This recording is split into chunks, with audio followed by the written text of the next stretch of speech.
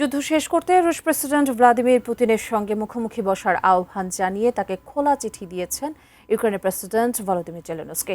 তবে পুতিন বলেছেন ইউরোপীয় ইউনিয়ন চাইলে জেলেনস্কিকে ভূখণ্ড ছেড়ে দিতে রাজি করাতে পারে। এদিকে জেলেনস্কির পদক্ষেপের প্রশংসা করেছেন মার্কিন প্রেসিডেন্ট ট্রাম্প। বিস্তারিত শাওন মাহফুজের প্রতিবেদনে। নিজেদের শর্তে অনড় থাকায় যুদ্ধের অবসান করতে পারছে না রাশিয়া ইউক্রেন। এমন প্রেক্ষাপটে আবারও পুতিনকে মুখোমুখি আলোচনায় বসার আহ্বান জানালেন ইউক্রেনের president Volodymyr Zelensky. I think that this is, first of all, this is a mood and spirit of the meeting will be that we are speaking about peace or we're beginning from the war. 1800 শব্দের এক খোলা চিঠিতে পুতিনের উদ্দেশ্যে তিনি বলেছেন, ইউরোপের যুদ্ধ আবারও যুক্তরাষ্ট্রের মনোযোগের কেন্দ্রবিন্দুতে না আসা পর্যন্ত শুধু অপেক্ষা করাটা ভুল হবে। ইউক্রেন ও রাশিয়ার মধ্যে সরাসরি আলোচনার মাধ্যমেই শান্তি আসতে পারে।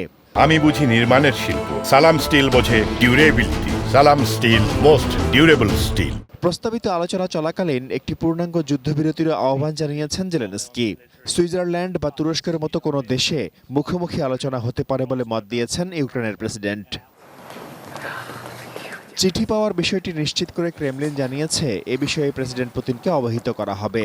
এদিকে সেন্ট পিটার্সবার্গে সাংবাদিকদের সঙ্গে আলাপে পুতিন বলেন, তিনি ইউক্রেনের সঙ্গে একটি চুক্তিতে পৌঁছাতে অবশ্যই প্রস্তুত ও ইচ্ছুক, তবে কিছু ছাড় দিতে হবে।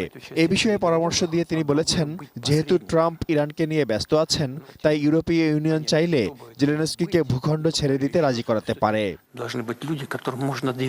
জেলেনস্কির চিঠি দেওয়ার পদক্ষেপকে স্বাগত জানিয়ে মার্কিন প্রেসিডেন্ট ট্রাম্প বলেছেন, দুই নেতার সাক্ষাৎ হলে খুব ভালো হবে।